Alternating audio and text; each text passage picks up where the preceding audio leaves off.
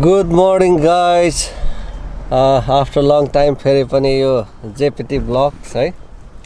आज चाहिँ विशेष गरी म चाहिँ मेरो गाडीको रेजो गर्न गएको सायन र म। तर के गर्दियो भने फेरि पनि अर्को चाहिँ 500 देखि 1000 चाहिँ डलर चाहिँ खर्च गर्नुपर्छ भन्यो। तर त्यही उमा चाहिँ 6 महिना अगाडि मैले लगाएको थिएँ सर्भिसिङ गर्न। त्यतिखेर पनि 1200-1300 खर्च भयो है। मिदास भन्ने चाहिँ एउटा कम्पनी छ त्यहाँ चाहिँ त्यस्तो भयो र फेरि पनि खर्च गर्नुपर्छ भने अब नाइ भन्ने कुरा भएन, नत्र पास गर्दिदैन। त्यसपछि फेरि चाहिँ ल ठिकै छ भनेर गाडी छोडेर डन है, डनलाई बोलाएर हामी कफी हजुर खाँदैछौँ वेस्ट गस्फोर्डमा।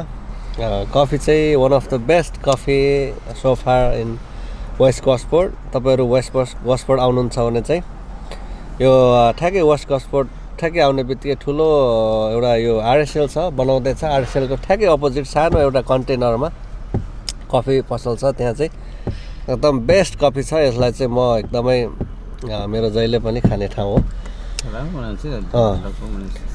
त्यही त यो गाडीको पनि अब ठ्याक्कै अब यिनीहरूले भनिसकेपछि अब चेन्ज गर्नै पर्यो है। त्यही भएर के गर्ने, अब चेन्ज नगरिकन उनीहरूले चाहिँ पास गरिदिँदैन रेजो। त्यही भएकोले हाम्रो फेरि वर्षै पछि चाहिँ हामीले चाहिँ त्यो रेजो चेक गरेर मात्रै हामीले चाहिँ होइन त्यसको तिर्नुपर्ने हुन्छ, गाडीको ट्याक्स तिर्नुपर्ने हुन्छ। त्यही त तपाईँहरू पनि झुकेर गस्फोर्डको ट्याक्कै लिकको छेउमा छ है, सेन्ट्रल कोस्ट लिकको छेउमा चाहिँ मिदासमा जानुहुन्छ भने चाहिँ अलिक विचार गरेर चेक गरेर जानु होला। रेटिङहरू होइन, त्यो चाहिँ अलिक खासै रेटिङ पनि राम्रो रहेनछ। म चाहिँ पहिल्यैदेखि जाने भएकोले पहिला गइहालेँ, पहिला ठिकै भन्यो, अहिले पनि गर्यो, पैसा लुट्ने काम मात्र भयो। त्यही भएर एकदमै विचार गरेर गर्नुपर्ने हुन्छ है।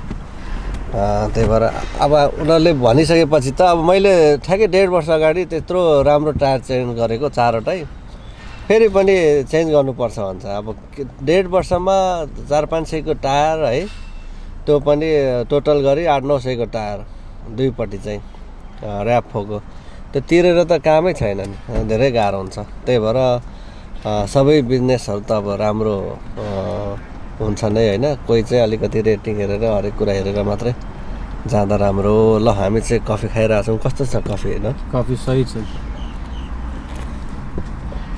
अनेस्ट रिभ्यू कति दिनुहुन्छ तपाईँ? म 4.5 5 मा आउट अफ 5 4.5 ल यदि राम्रो हो। त्यही त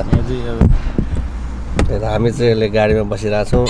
सायनको चाहिँ उसको के भन्छ जिन्जर स्टिकी जहिले पनि खाने गरेको त्यही हो, खाइरहेछ। ब्याक सिट नानाको सिटमा बसिरहेछौँ है, नानाको सिटमा बसिरहेछ। के भयो सायन? हामी चाहिँ अब भरे लन्च टाइममा चाहिँ ट्याक्कै लिनु जानुपर्ने छ गाडी। अनि के भयो सायन? केही थियो के भयो? निकै बनाइसकेको छ। त्यही त, त्यो चाहिँ ठ्याक्कै आरएसएल चाहिँ अपोजिट छ है। तपाईँको यो आरएसएल चाहिँ निकै ठुलो बनाउँदैछ है।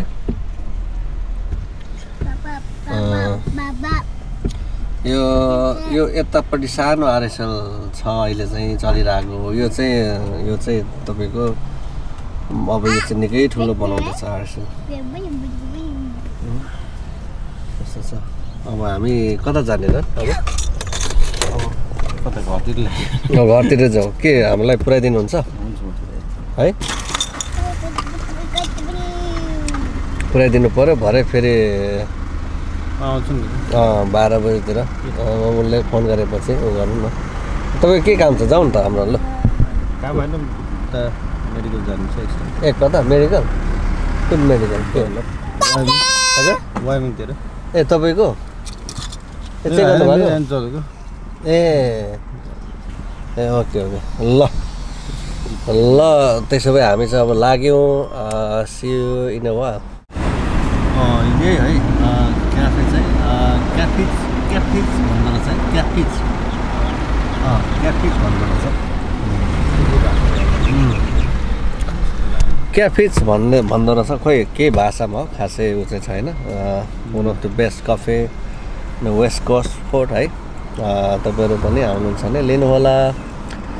र आज चाहिँ अब खासै आजको भिडियोको मेन अब्जेक्टिभ चाहिँ केही पनि छैन। यसो मिराजमा गएको मैले एक्सपेक्ट गरेको थिइनँ त्यस्तो धेरै लिन्छ भन्ने चाहिँ, किनभने 4-5 महिना अगाडि मात्रै मेरो त्यहाँ चाहिँ सर्भिसिङ गरेको, 6 महिना अगाडि रहेछ। 6 महिना पछि जाँदा अब उसले बोलाएको टाइम चाहिँ भयो, तर किलोमिटर अलिक कम भएकोले फेरि अर्को किलोमिटर 2000 किलोमिटर पछि चाहिँ सर्भिसिङ गर्न आउँछु भनेको मानेन। उसले चाहिँ अहिले नै गरिहाल्नुपर्छ भन्ने चाहिँ उसको छ।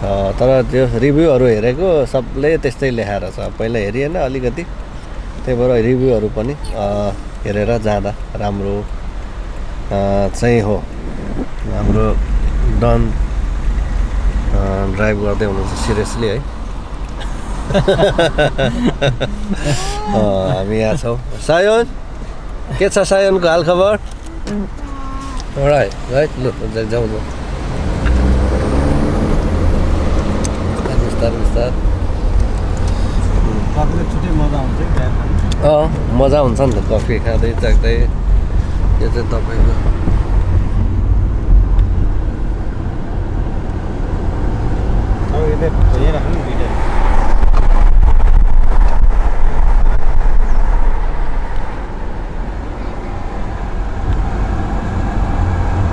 वेस्ट गस्फोर्ड भन्छ गाइज। हामी बस्ने चाहिँ यही छेउमा हो। यहाँ हर्स राइडिङ गर्छ, यहाँ रेस कोर्स भन्छ है। हामी चाहिँ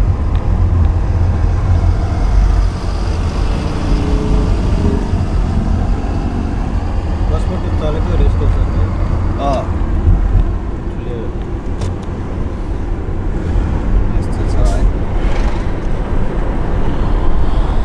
यो चाहिँ हर्स रेस कोर्स हो। यो चाहिँ एकदमै चलेको हो, यहाँको एकदमै पपुलर भनौँ न। यो रुखहरू नै आउँछ यस्तो चाहिँ यसकै नजिक चाहिँ हामी बस्छौँ है। एकदमै हरियाली छ। र यो गस्फोर्ड चाहिँ एकदमै आउनु कारण चाहिँ प्रायः चाहिँ स्कुलले गर्दा र हस्पिटलले गर्दा आउँदो रहेछ मान्छेहरू, किनभने वान अफ द टप 20 भित्रको चाहिँ अस्ट्रेलियाभरिको टप 20 स्कुल चाहिँ यहाँ छ है, सेलेक्टिभ स्कुल। त्यो सेलेक्टिभ स्कुलको लागि चाहिँ के हामी बस्नु नि त मेन ठिकै छ होइन, बस्दा पनि भयो, केही फरक भएन। हामी यहाँ बस्नु नि त, न त म उसलाई गएर पुऱ्याएर आइहाल्छु। के भन्छ त्यो पनि हुन्छ होइन, ठिकै छ। म 12 बजी हाल्छु उता जानु र यता आउने एउटै कुरा हो। कति बज्यो अहिले? 9 बजे होइन? 9 बजी हाल्यो अब 2-3 घन्टा। ठिकै छ। यो बस्नु यतै खाना ठिकै हुन्छ। होइन खाना त पर्दैन डन है। के रेडी गर्नुभयो त्यस्तो? चिकन यस्तो सही म्यारिनेट गरेर राखेको छ अब हो। लगभग के अरे 8 आवर्स म्यारिनेसन है। मैले के भनिरहेको थिएँ भने यहाँ चाहिँ वान अफ द है टप 20 अस्ट्रेलियाको टप 20 चाहिँ सेलेक्टिभ स्कुलमा चाहिँ यहाँ छ। हस्पिटल यहाँ छ तपाईँको, यहाँ हेर्नुहुन्छ भने ठ्याक्कै यो चाहिँ one of the big hospital हो यहाँको वेस्ट कोस्टको पब्लिक हस्पिटल। यसको ठ्याक्कै अपोजिट चाहिँ तपाईँको प्राइभेट हस्पिटल छ।